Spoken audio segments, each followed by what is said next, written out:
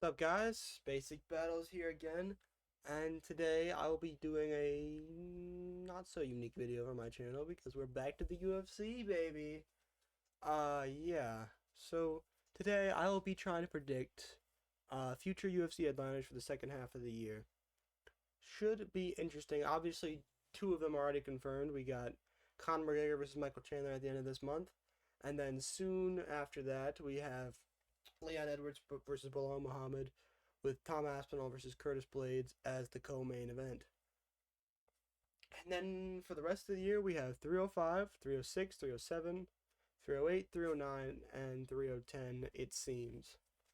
Now, I'm using the ESPN one because the article that I was going to use had predictions laid out, and I kind of wanted to give my own insight on it. So, yeah. We will start with 305, and I think it's pretty cut and dry for 305 in Perth, Australia. I think Israel Adesanya versus Dricus Du Plessis for the middleweight title is the consensus. I think it's, multiple middleweights have stated that Izzy does have a title shot. And the history between DDP and Izzy, while brief, is still there. There's a little bit of tension there, obviously. And, it should be interesting. So, yeah. I don't know if they're going to try to put anything else on it. Obviously, there's like a shot in the dark chance maybe Alexander Volkanovski could be on the card fighting a featherweight contender, maybe going up to the lightweight division. Who knows? I doubt that though for Perth, Australia, even though it would be nice to see him back in Perth. I think he's going to wait out for the winner of a future headliner, which I'll talk about soon. Speaking of that headliner, 306, I think that at 306 in the Sphere in Las Vegas, Nevada, the biggest card in history according to Dana White, I think the headliner is going to be Ilia Topuria versus Max Holloway for a couple of reasons. I think that fight is a much bigger fight than the rumored male title fight in Sean O'Malley and Merab Dvalishvili. And while that fight's been rumored for the Sphere for a long time, this new prospect of Max versus Ila seems more, I think, more entertaining of a fight, more star power per se. Up a weight class, what Max Holloway just did, what he is in the industry, it just seems he's the biggest name, one of the biggest names in the sport right now. So yeah, I think him versus Ela is a bigger fight than Sean O'Malley and Merab Dvalishvili. I don't think that's a very controversial opinion. But also, Merab and Sean O'Malley's discussed that if he's not going to headline the Sphere, which is what he was probably hoping for, he's going to headline a later pay-per-view event. So I don't think the UFC, Sean O'Malley, Dana White wants to co-main to Ela Max, and I don't think it'll headline over Max Ela, and I don't think that there's going to be another event where you can put Max Ela, which would make sense for its magnitude, because it's currently, in my opinion, probably the biggest fight that you could make. Biggest title fight that you could probably make right now. You add the BMF in there and the featherweight title. I think it's currently the biggest fight you could make right now, excluding a Conor McGregor fight. Who knows? Maybe that's what they're saving Max for. Maybe it'll be Conor McGregor versus Max Holloway if Conor can get it done at the end of the month, and that'll be headlining later. And then Merab versus Sean will headline the Sphere.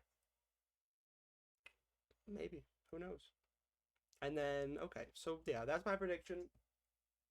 Regardless of any McGregor, well, actually, yeah, if McGregor wins emphatically against Chandler later this month, I feel like the UFC might try to go for Max Holloway versus Conor McGregor later down the line, and then maybe do Ela versus Volk instead. Interesting idea. Conor McGregor has said that he wants to headline the Sphere, so you know, always a possibility. But my official prediction, I'm going with Ela versus Max, headlining the Sphere. Co-main will be Alexa Grasso versus Valentina Shevchenko 3, because it is a Noche UFC event, I believe. I believe they're still going with that, Mexican Independence Day. And they'll be the co-main event to that, you know. But Dana says he wants it to be the biggest card in UFC history, such and such and such. So maybe we will see another title fight added to that. Who knows? But I think the prospect of Max Verzila, Grasso versus Shevchenko, and a bunch of other fights, I think that's a very, good card. You say you put Yair Rodriguez versus Diego Lopez on that card, that would be a very exciting fight. Maybe Brandon Moreno makes his return, even though he said he wanted some time off. But I feel like February to September is a pretty substantial amount of time in fight months. But obviously, it's his, obviously, if he takes a longer break, all well to him. Maybe Henry Cejudo's on that card, even though he's calling out people for Apex main events. So I don't know what Henry's doing with his life. Okay, we move on to 307, which does not have an official announced location yet, but we know there is a 307, obviously, because 308 has already been announced for October. So the likelihood is that either September 21st or day in early October, we will be getting UFC 307. Most likely location is either Vegas, because, Salt Lake City, which the UFC goes to every year. Usually they go around July, but obviously they are not doing that this year. So maybe the Salt Lake card will be in early October, 307. Ilia Topuria has said that he has a date for UFC Spain. So potentially UFC 307 maybe in Spain? Who knows? Honestly, that would be very crazy, just out of the blue announcement. Yeah. So, but my guess is that this will be a Salt Lake City card because they love Salt Lake City for some reason and its elevation. Oh, they love it. So yeah, that's my prediction. Salt Lake City, UFC 307, and I think this card is going to be headlined by an Alex Pereira title fight. Pick and choose your poison. Um, so this is kind of weird because Alex Pereira has stated that he wants to be back in August. But I really don't see him being on that UFC 305 card. I don't see him headlining over Izzy in Australia. He could, obviously, but I just don't see that making sense for the UFC. It'd be interesting. Definitely would be. I just don't know. I just don't know if that's the move for the UFC to put Pereira in Australia. Um, so I'm just gonna go. My matchup for Pereira is gonna be Yuri because he and the rumor is going around that that is the opponent on the table for Alex Pereira is Yuri Prohaska, the second fight. So that's the opponent I'm gonna go with. Maybe it could be Magomed in Abu Dhabi if it really waits that long, but Pereira has expressed multiple times that he really wants to stay active and fight sooner. And even though he'd be fighting in October anyway, going with my timeline, you know, maybe it's just about being, maybe it's a turf thing. Maybe it's Magomed picking the turf and he doesn't like that. So he's expressing that he wants to go early to fight Yuri instead. Which is all to him, Magomed doesn't get to pick and choose where he fights for the title because he's not even a clear-cut number one contender right now. I mean, he went to a draw with Jan, he had a saga with Johnny Walker, and that was that. He hasn't really done much since that. He hasn't fought a guy like Rakic, who's a top 5 opponent. He hasn't fought a guy like Hill. And Hill's gonna fight soon. And honestly, if Hill gets an emphatic win against the short notice Carlos Ulberg, the beef that he's going on with Pereira now, they might rekindle a flame. UFC might take that instead. I don't know. It depends on what Jamal Hill does. And heck, here's a very interesting prospect right here. If Carlos Ulberg pulls off an upset victory over Jamal Hill on short notice, him versus Pereira in Australia would not be a surprising move to me. Pereira says he wants for August. Carlos Ulberg, New Zealander, obviously going to Perth, Australia, would be very interesting. He'd be a number 3 rank because he would have beaten Jamal Hill. That'd be a pretty crazy. He's on a lucrative win streak right now. He just finished Alonzo Menafield in 11 seconds. It's a very interesting opportunity for Carlos Ulberg if he manages to pull it off against Jamal Hill.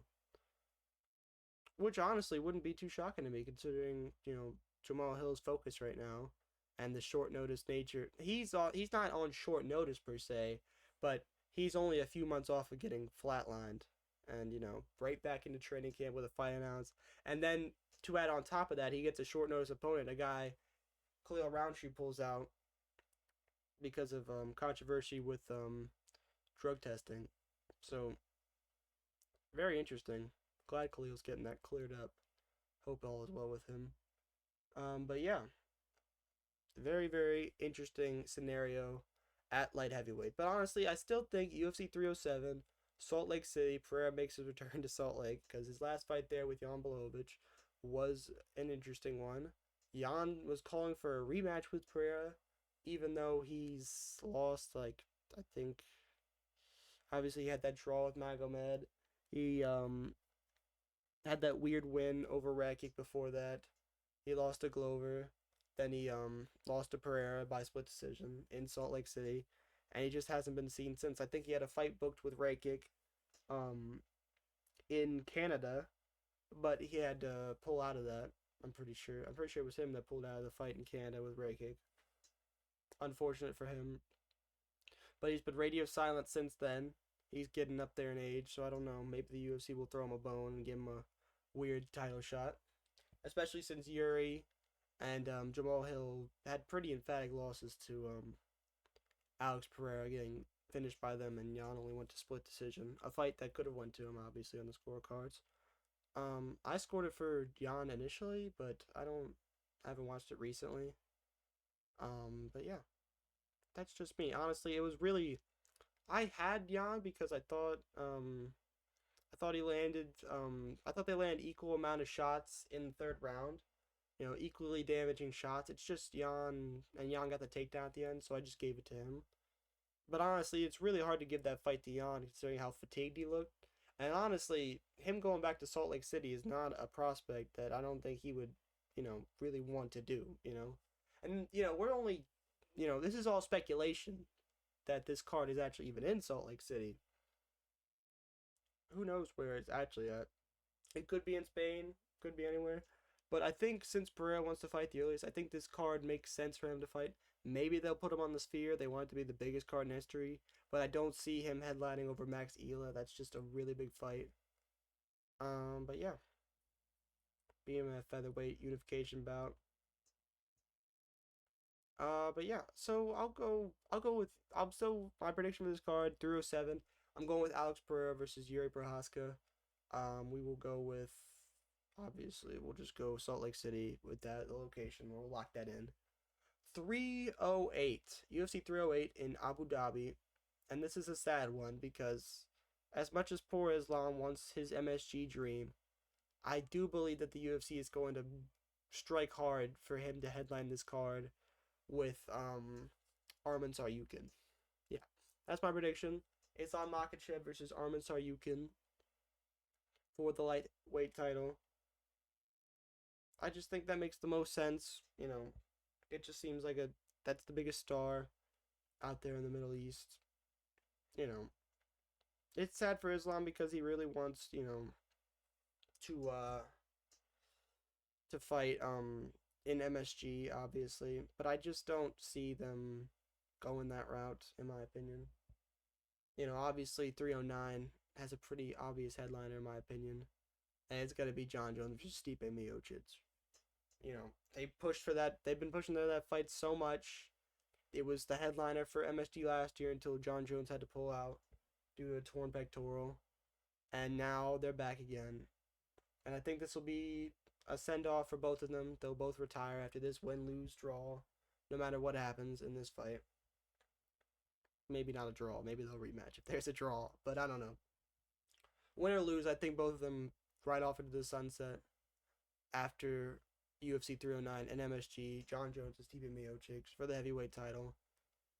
Not really the heavyweight title. Let's not get ahead of ourselves. Sorry, I'm trolling.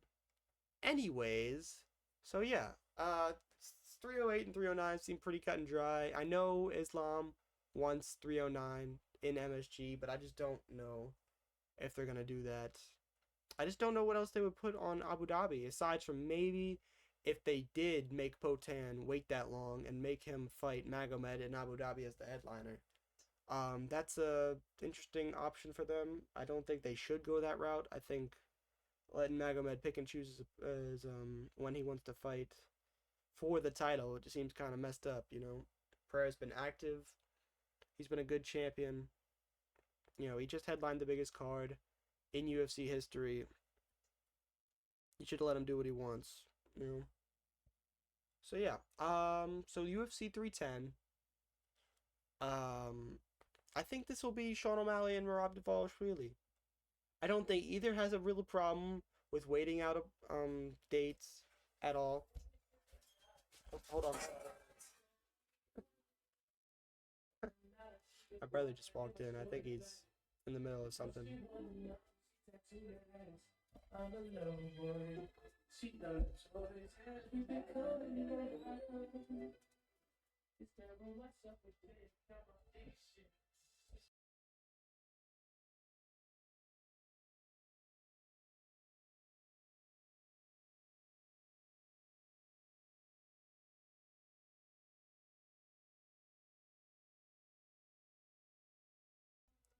Family, am I right?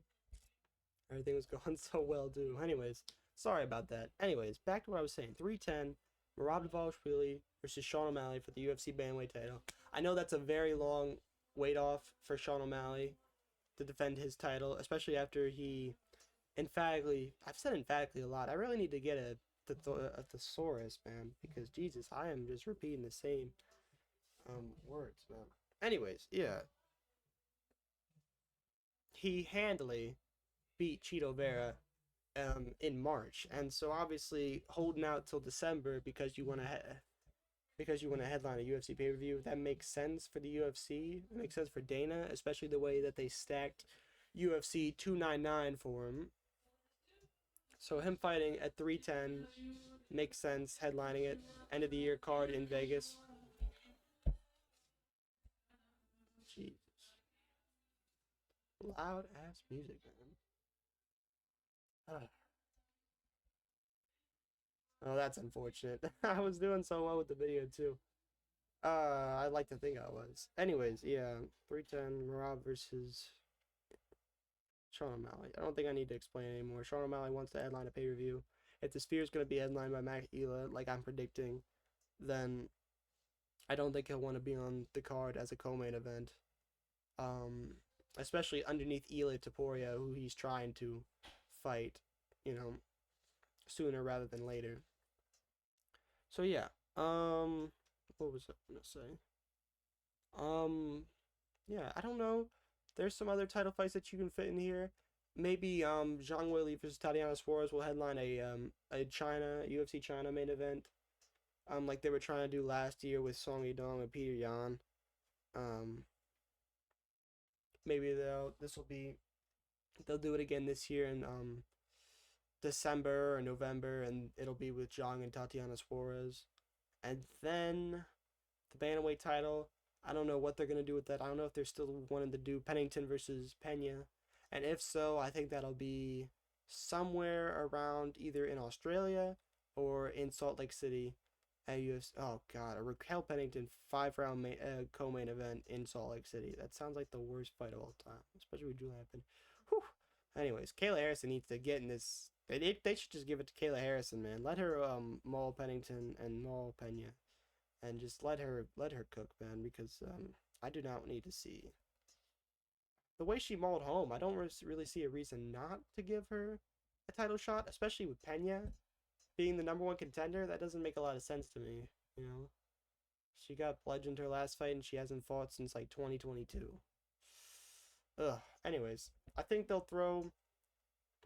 If it's Harrison versus Pennington, I think they'll throw it on the MSG card. If it's Pena versus Pennington, I think they'll throw it on the Salt Lake City card. That's my prediction for the bantamweight title.